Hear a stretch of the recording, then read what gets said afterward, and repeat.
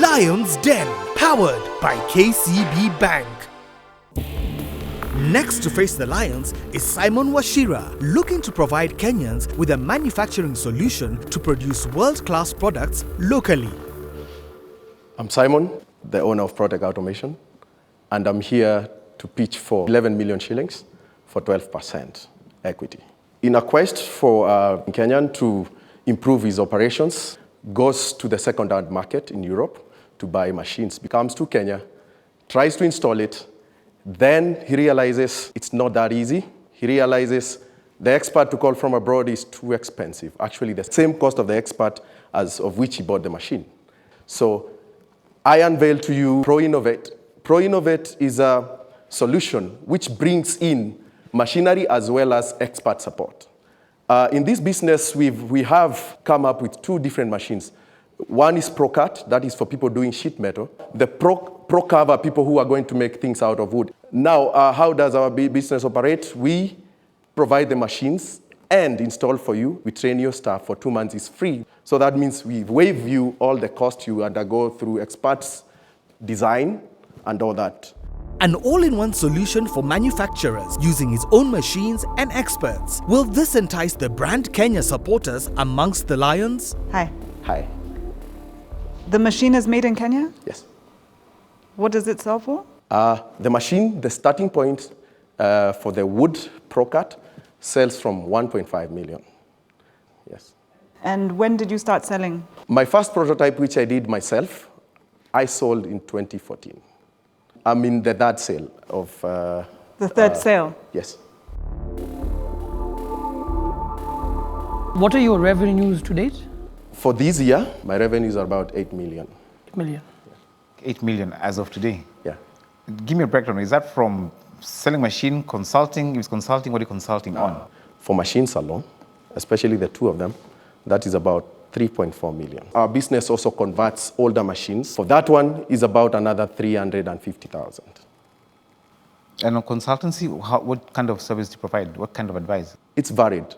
I get people who have bought machines and then, first of all, if he can't design, help him train the design person or even do it ourselves. Secondly, to run the machine efficiently, we advise them on that. Third, the Kenyan market works very differently from China and Europe. So we convert it the way people work here. That is the services we give. Okay. What does 2017 look like in terms of top-line projections on revenues? For the next 1 year, I'm looking at about 69 million in terms of revenue. 69? 69. I want to keep that inventory for only 4 machines.